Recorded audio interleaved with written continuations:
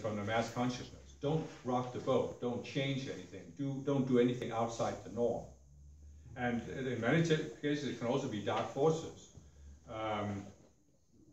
And this is probably a topic we'll hear more about, but when I was younger, I felt much more opposition from dark forces. And I think there were two reasons for it. Number one is that the younger you are, or the more new you are on the spiritual path, the easier it is for the dark forces to stop you or discourage you, because you haven't really gotten so much momentum yet.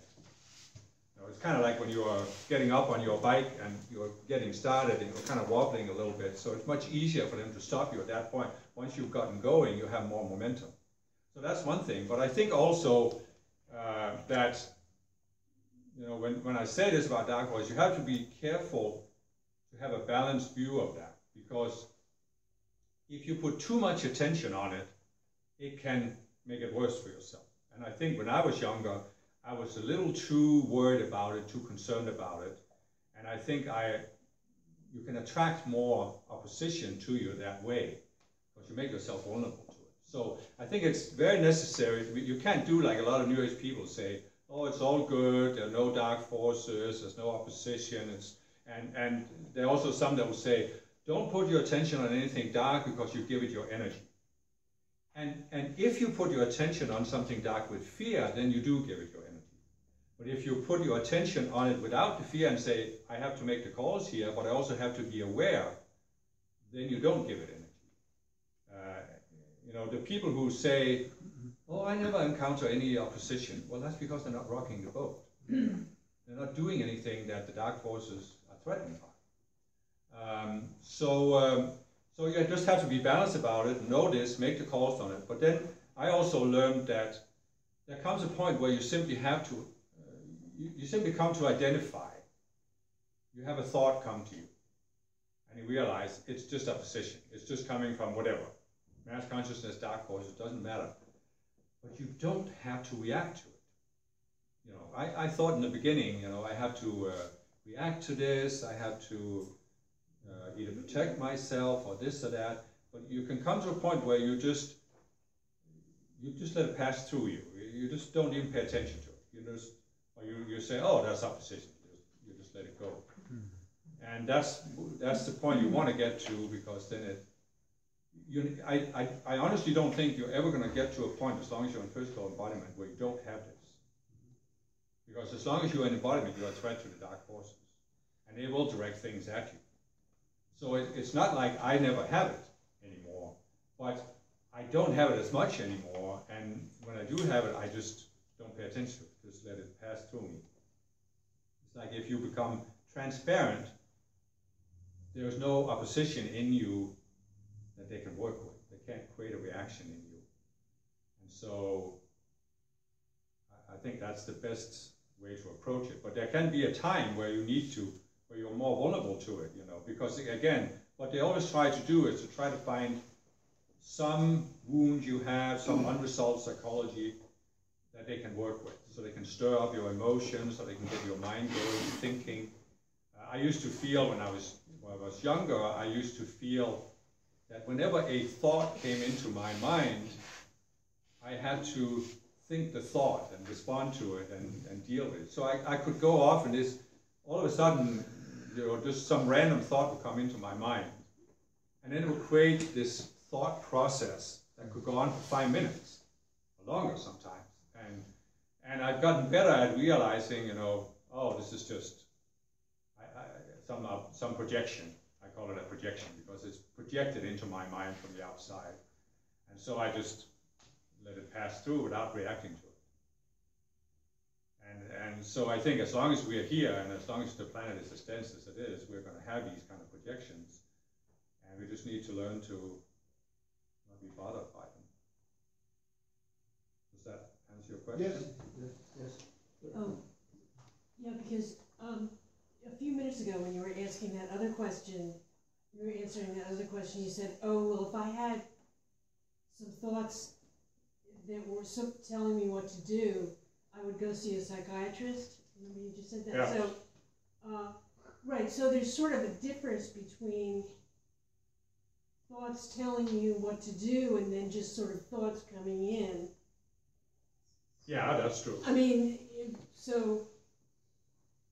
I mean, there can be very aggressive thoughts, you know, and some people have this, very, very aggressive, you know, do this or something bad is going to happen, or you must do this, or these kind of things. Because murderers, a lot of times will say, oh, well, I was told to do it. Yeah, exactly. You know, so that, right, so that's an example of a very aggressive thought. Yeah, coming in. and that's often experienced by people as if they're hearing a voice. Mm-hmm. And sometimes people actually are convinced they're hearing a physical voice talk to them. I still think it's in their head, but it's so obvious that they feel they're hearing it. And so that's a very aggressive thought, but there can be a lot of thoughts that are not, often we don't identify them as aggressive thoughts, but they're still projections that come, and they're just trying to engage us in some kind of pattern, pull us in to repeating this kind of pattern, getting us to think, you know, in a sort of obsessive, compulsive way about something. And I used to have that much more when I was younger, and it actually helped. I can't remember how many years ago, 5, 6 years ago. No, probably 7, 8. But anyway, it doesn't matter. I realized that my mind is like a computer. There's a part of my mind that's like a computer, and it's programmed to solve problems. And therefore, it's always looking for problems to solve. And so whatever's going on around in the world, you know, I would read something on the news, and then my mind will go off. Yeah, this could be changed this way, or these people should do that, or they shouldn't be doing this. And it's the same thing. A random thought can come out of nowhere, and all of a sudden you're engaged in this thought pattern. And in many cases, it just uses up your energy and takes your attention. So I've learned to realize that this part of the mind, it has one, just like any part of the ego or the outer mind, it has one major fear, and that is to become obsolete. It doesn't want to be out of work. So if you have no problems, then how is the problem-solving mind going to justify its existence? So it's not only looking for problems on the outside, but it's also creating them on the inside. It's just constantly creating these problems. And that can also be something that we can experience as when we start doing something new, for example. Because then that part of the mind might be afraid it's going to lose control over you. And so it's going to try and pull you back into the old patterns. And what if you really experience it physically? Being lifted, waking up with scars, strange experience with energies. You're saying you wake up with what? Scars on my body. Oh, on your body? Okay. Well, that kind of thing I would take as I would see it as an aggressive attack, and I would make calls to Archangel Michael and Estrella to find these forces. Because that's a much more aggressive, you know, but that's again ties in with the auto-suggestion where the mind can make the body do things, you know. So that I would consider more of a really aggressive attack and make calls on that. But also, of course, try to find out is there something in the psychology where you may have something unresolved that could make you vulnerable to this. You were gonna ask a question? Oh, is that kind of the part of that mind, is it addictive? Yeah, very much. Yeah. It's something because you are actually used maybe to be in worry or pain. Yeah. I don't know if you can, I mean, it depends on how you define addictive, but it's just like a computer that can only carry out that program. Mm-hmm. And it just keeps doing it mindlessly over and over and over again. And it's, you know, it was created, and it's not that it's necessarily all bad to have this kind of mind, because obviously we need to solve problems. But it's just that, it's just like if your computer was constantly demanding your attention, you'd pull the plug. So the computer should be there when we need it, and otherwise stay out of our lives. And so it's the same thing with the mind. And that was something, yeah, so I'm saying it was, let's say it was 7 years ago, I was 53. So it took me 53 years of my life to realize that a part of my own mind is actually creating most of the problems I've ever had in my life, right? And that's obviously not what you want to do if you can avoid it. You know? So I decided I don't want to live the rest of my life that way. So. How do you make a decision? Is it like something you can train or exercise? Is it something that you have to be aware about? A decision about like stopping the mind, or well, yeah. For me, it's always been that I don't make decisions with the outer mind. So this came as a result. I was going through some kind of experience, you know, and I was processing how to deal with this situation, and all of a sudden I just had one of these intuitive flashes, and it was almost like I saw this mind. I saw that, oh, it's just the mind itself that's creating this problem. So it was like once I saw that, I had separated myself from it. And then for me, it's not really a matter of making a decision with the outer mind, it's a matter of following up so that I pay attention. So when it happens next time, now I know what it is, so I don't engage it. And then it's like, in the beginning, you know, the mind does this, and you're so used to it that maybe it takes you 5 minutes to realize, oh, it's the mind going again. And then as you pay more attention to it, gradually your response time goes down to where you can feel it almost right away. Oh, there it is again. I'm not going to engage this. And so the more you reinforce that decision or that awareness, the less energy is pulled into it. And then you simply starve that part of the mind. So, because, you know, you could say the mind is in your mental body. But often what causes you to react is the energy that's stored in the emotional body. It's like a magnetic pull that pulls you into it. And so as you become more, and of course I make calls on it as well for the transformation of the energy, but as you become more aware of this, less and less energy is accumulated in the emotional body, and it becomes easier and easier to pull out of it, to not go into it. And so then you come to that point where it fades away to the point where it's not eating up your life anymore. It's not so significant. Sounds good. But of course you can build on this, because it's also a matter of realizing what's the spiritual path about. And part of the spiritual path is, of course, that, like Jesus said it, you can be in the world or not, but not of the world. That wasn't Jesus, it was Paul, but anyway. And Jesus said, the prince of this world comes and has nothing in me. So the challenge we always have is that the path I see as a process where we are gaining mastery over ourselves by not being pulled into all these reactionary patterns by anything outside ourselves or even by the mind. See, I was at the time, I was very aware that there can be outside forces, other people, dark forces, mass consciousness that are pulling into a reactionary pattern. But I had never realized that my own mind was doing the same. So if you're aware of that, then you can sort of come to identify, you know, you have this concept, obsessive compulsive disorder, OCD. And we all have that, you know, because the ego is obsessive compulsive. You know, that's the source of that disorder. It's just a matter of how extreme it is.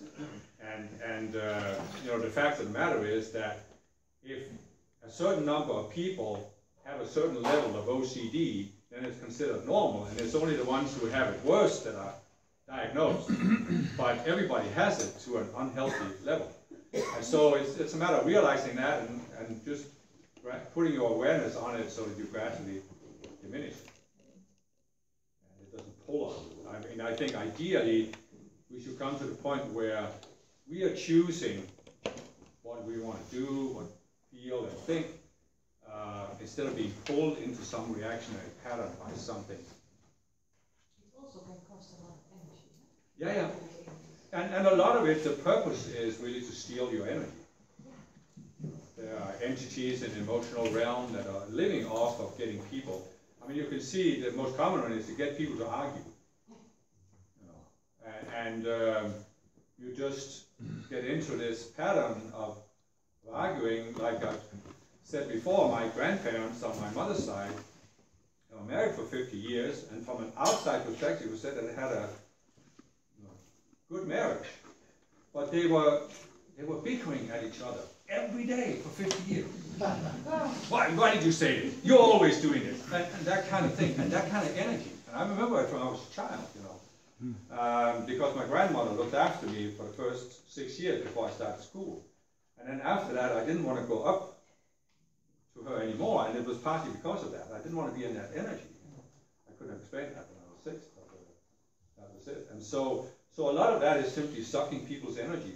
And I think many people, well, not on, and even people on the spiritual path, we can have sort of, you made a subconscious deal with these entities or part of the ego that says, okay, you get a certain amount of energy a day, but that's it. Then don't bother me anymore. It's like we sometimes say to the children, you know, okay, you're going to get this, but then I don't want to hear anymore. You know, and when they keep nagging us to get this and get that. And so I think we do the same there, and that's what we have to come to realize, that, you know, do I really want to continue that? Do I want to continue that pattern? And I decided some years ago, I'd had enough of having people in my lives that were always in some kind of pattern like that, where they were trying to pull me in. It wasn't that I didn't have so much a tendency myself to argue with people, but I had a tendency that if people were aggressive, I didn't want to hurt their feelings. So I would try and be nice to them, or I would just say nothing, but sit there and listen to them go on and on and on about all these problems. And I realized, well, I have a right to say no. I don't want to do this. And that's also saying no to a part of your mind, because you could say, now I said there was part of the mind that wants to solve problems, but there's another part of the mind that wants to be nice to people. Exactly. And it's feels the losing part in me that I think, well, if I'm going to be listening and being nice, then I will help the other person. Yeah. And for me, it was also, when you are a spiritual person, you should be nice to people. And so that's another part of the mind, that it's just another way of creating a problem. You know, you attract these people to you that just want to eat up your time by sitting there and complaining about their problems. They never really want to change them, but they need somebody to listen to them. And I don't mind listening to people if it can help them process something. But if they have no intention of changing, but they're just sitting there and talking, then that's also eating your energy, because they're getting your attention and it's draining you. And but it happens a lot, eh? yeah, it does. But it happens until you become aware of it, and then you make a decision. Number one, I don't want it, and then you look at, why do I feel I have to do it? What is it in me? Because I had to, for example, I had to look at myself and say, why do I have the belief that I have to be nice to every person? In other words, why do I have the belief that I must never hurt anybody? Because I realized that over here, there was a self in me that said, you must never hurt other people's feelings, that's bad. And you can't do that as a spiritual person. But on the other hand, there was me over here who was becoming aware that on this planet, free will is the ultimate law. And free will must be allowed to outplay itself. So, in other words, there are people who don't want to change and they just want to complain. They're allowed to do that. I shouldn't judge them, I shouldn't criticize, I don't need to have an opinion about it. But on the other hand, I have to say, but that's not me. I have never done that in this lifetime. Probably have in past lifetimes. But so why do I then feel obligated to listen to people who do this? You know, I accept that they have a right to be here and who do what they're doing, but I also must respect my own free will, that I have a right to not let this eat up my attention. Yeah. But that for me it was a matter of saying, there's obviously, I came to identify there's a self over here that's actually in contradiction to what I now understand and believe and know, the truth I have now internalized. So at one level of my being, I'd internalized this truth, but this self, of course, hadn't changed. It was like the computer, it can't